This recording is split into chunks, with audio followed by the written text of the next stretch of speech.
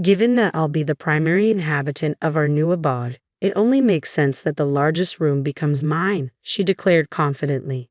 From that moment onward, she staked her claim on our new home with the assertiveness of a seasoned owner. Her brazen remarks ignited a storm of indignation within me. Pardon me, but I'm curious, where exactly would your room be if you're so insistent? I countered, unable to contain my irritation. Upon hearing my retort, my sister-in-law flushed crimson and launched towards me. I'm Sophia, a 32-year-old corporate professional. George, my husband, and I have been inseparable since high school, celebrating 7 years of marriage. Perhaps owing to our extensive shared history, our relationship resembles that of an old married couple more than most couples our age. Nevertheless, I can't fathom being with anyone but George. I've always had a great rapport with my in-laws, and presently we find ourselves cohabiting for various reasons. With my father-in-law on the brink of retirement and my mother-in-law juggling part-time work, we share household responsibilities and contribute to the financial upkeep of the household. Things were cruising along smoothly until an unexpected visitor disrupted the tranquility. One lazy Sunday, as we savored the serenity of the weekend, the jeering sound of a truck reversing shattered the peace. Curiosity piqued, we exchanged puzzled glances. Did anyone order something? As she barged in with an entourage of movers, my heart sank. My room's on the right, second floor, she declared, oblivious to our surprise. Oh, and I seem to have misplaced the key. Could someone let me in? A chill ran down my spine at the unmistakable voice. As we approached the front door, there stood Charlotte, my long-absent sister-in-law, flanked by movers lugging cardboard boxes. Wait a moment, Charlotte. What's the meaning of this sudden appearance without so much as a heads-up? And who are these people with you? I questioned, a mix of surprise and irritation coloring my tone. Charlotte seemed genuinely perplexed by our reaction. What do you mean?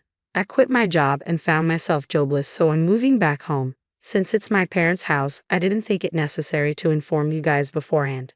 Heh, she explained with a carefree shrug. We stood there dumbfounded, while the movers behind her exchanged uncertain glances. Never mind them, just get on with moving my stuff in, Charlotte instructed nonchalantly, striding confidently into our home and up the stairs.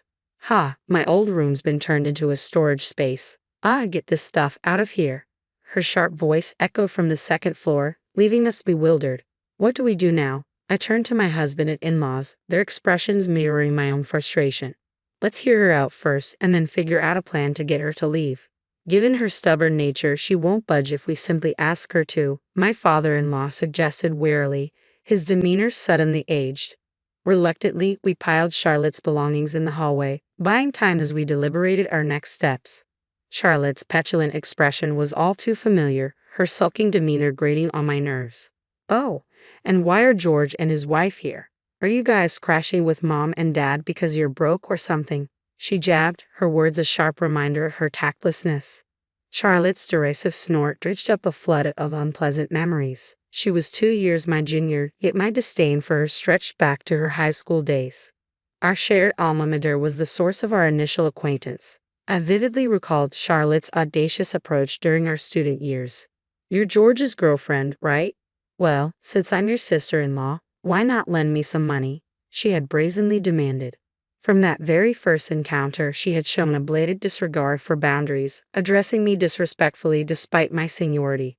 Her audacity didn't stop at her presumptuous request. She even had the nerve to casually ask her own older brother for money.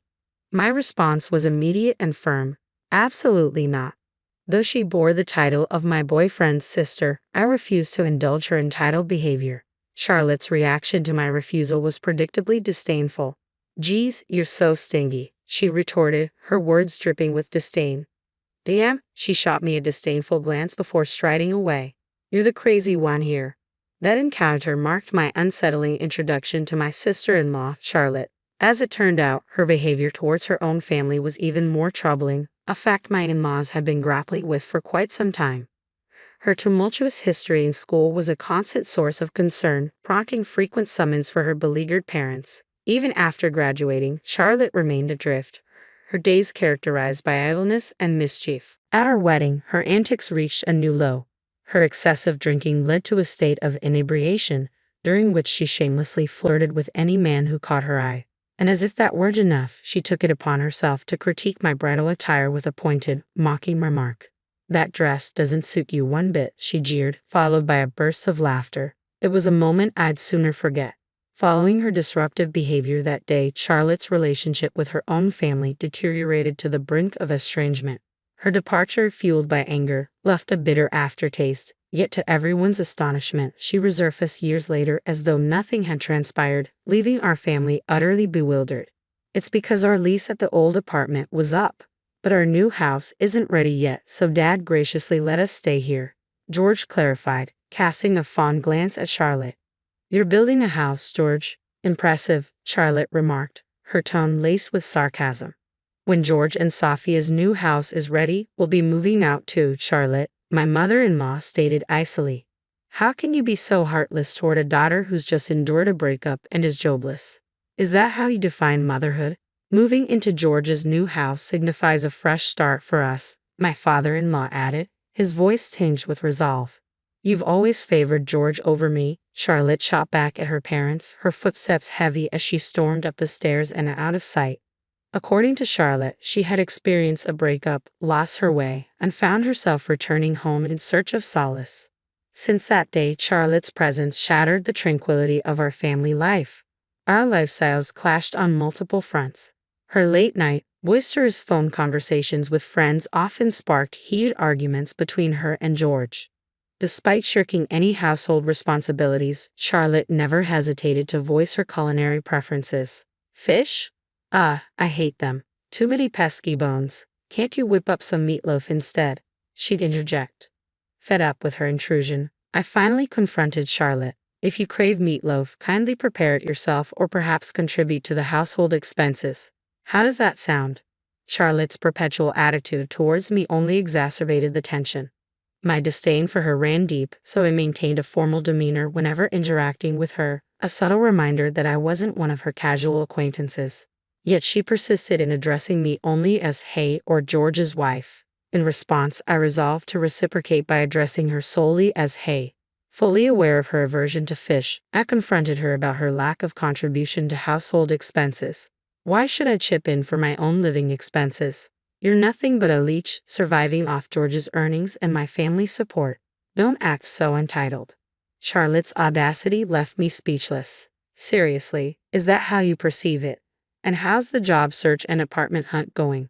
"Our new home is nearly ready," I countered. Her face flushed momentarily before she retorted with a smug grin.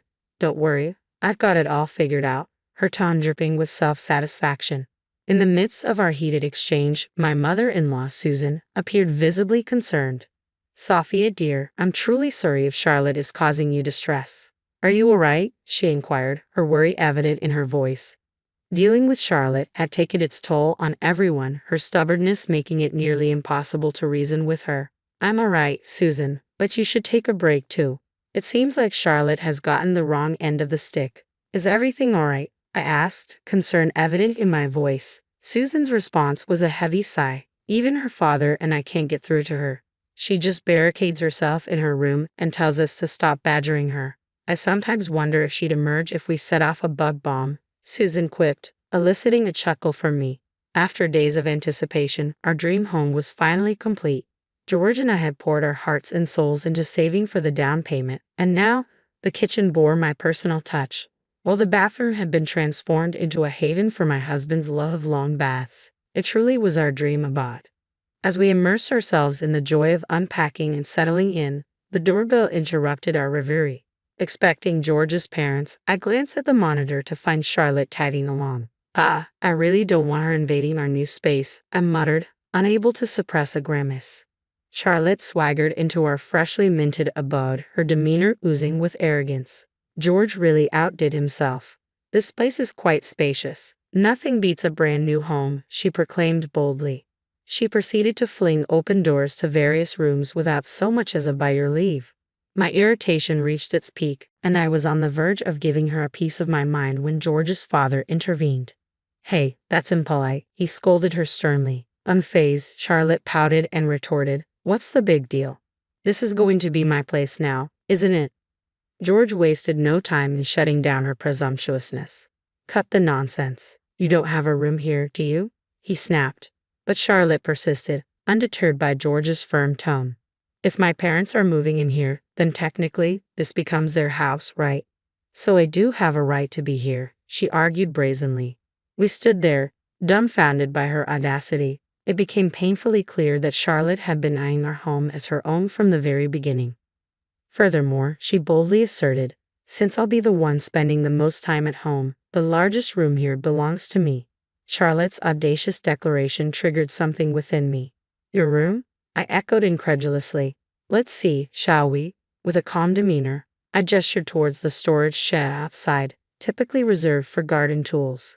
Even if I were to go out of my way, the only space I could possibly arrange for you would be that old shed. And naturally, you'd still be expected to pay rent. Frankly, I'd rather not have you in our new home at all. Could you please leave?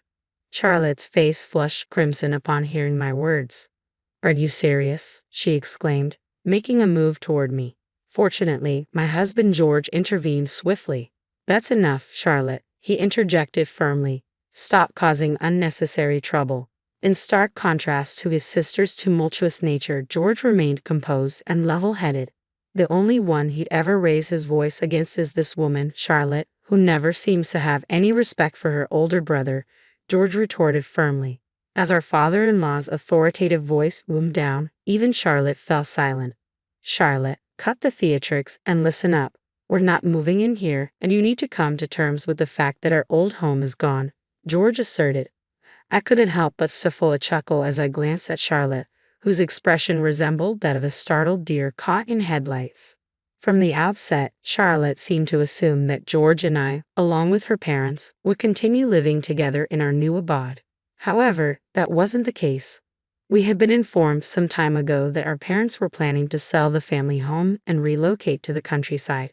The reason was plain and simple. We're just tired of dealing with Charlotte's antics all the time. We want to enjoy our retirement in peace, our mother-in-law had expressed her frustration. Charlotte had stormed out of their old home, declaring, I never want to set foot in this house again. I don't consider you guys as parents to me. Just disappear already. Living with Charlotte had taken a heavy toll on my in-laws.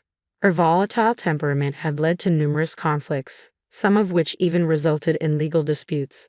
Despite her reckless behavior, Charlotte remained unrepentant, leaving her parents to foot the bill for settlements. To cover these expenses, our mother-in-law had taken up part-time work, the financial burden imposed by Charlotte weighing heavily on the family.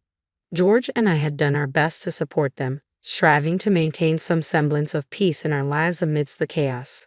However, Charlotte, seemingly oblivious to the havoc she had wreaked, showed no gratitude towards her parents. Instead, she only sought their assistance when it suited her own needs. My frustration with her behavior had reached its breaking point.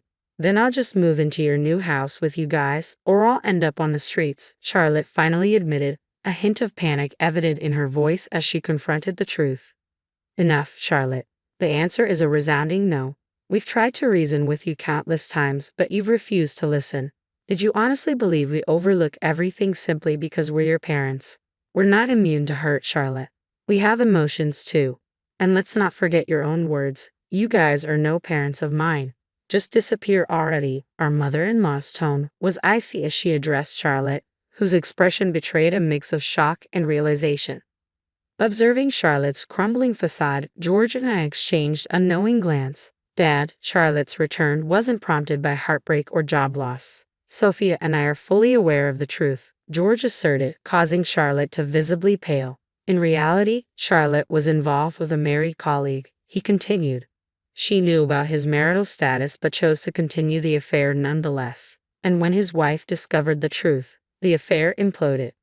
Both Charlotte and her lover lost their jobs due to the scandal. They're divorced now, and coincidentally, your lover's wife, who happens to be my friend, crossed paths with me recently. Seeing her after such a long time, I was taken aback by how much weight she had lost. Enjoy your role as a homewrecker. I couldn't help but lash out. You know there's a special place in hell for people like you. Tears threatened to spill as I grappled with the weight of the situation.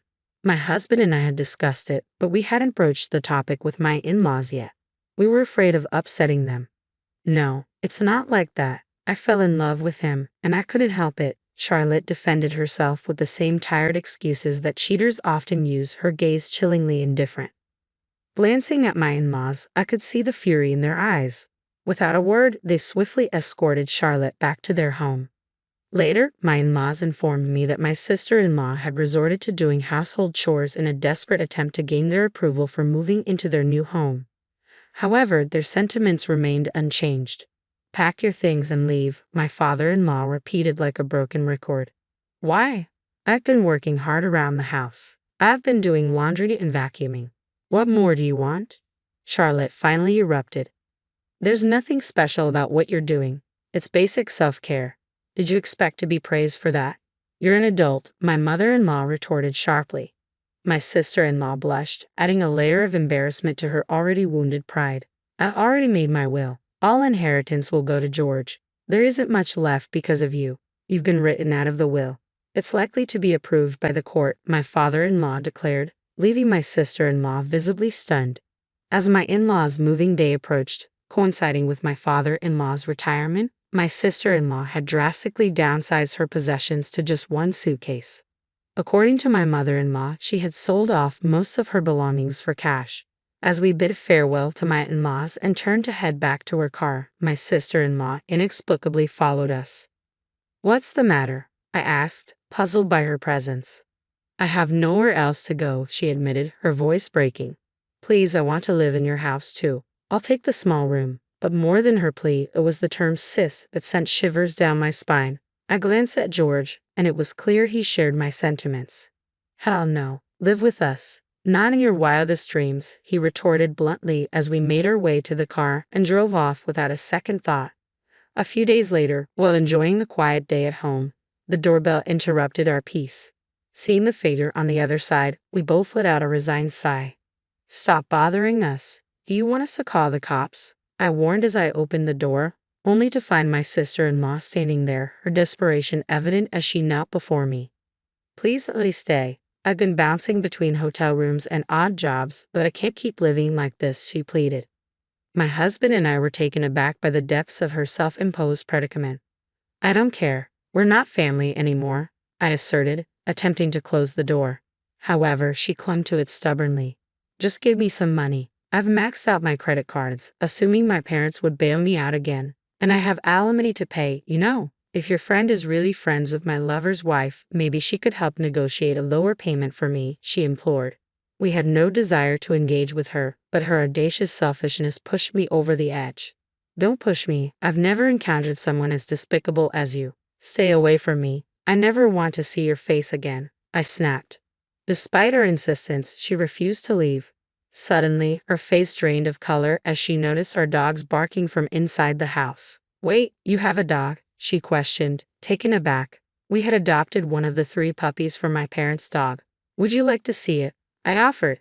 Her reaction was immediate. "Who? What? No way. I can't stand dogs. You must be insane to live with one. Count me out of this house," she stormed off, her anger palpable.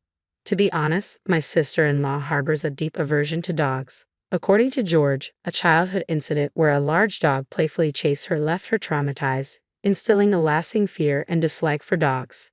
"Thanks for scaring off that lady, Marin," I murmured, giving our toy poodle a gentle pat. Since then, we haven't crossed paths with my sister-in-law. However, a friend mentioned spotting her in worn-out attire in a distant town. Her current circumstances don't concern me. Frankly, I hope she faces some hardships. George and I are relishing the tranquility of our new home. His parents seem to be thoroughly enjoying their rural lifestyle, occasionally reaching out through video calls and visits. They've managed to keep their address concealed from my sister-in-law, preventing any unwelcome surprises. Both appear healthier and happier, as if a weight has been lifted off their shoulders. A few months after settling into our new abode, we received a wonderful blessing. A baby is on the way. I had heard that stress could impact fertility, which may have been a factor in our previous struggles to conceive. Now, we eagerly anticipate the arrival of our newest family member next year. Gazing at George, his joy evident, I gently caressed my growing bump, filled with hope that he'll remain by my side through all our future endeavors.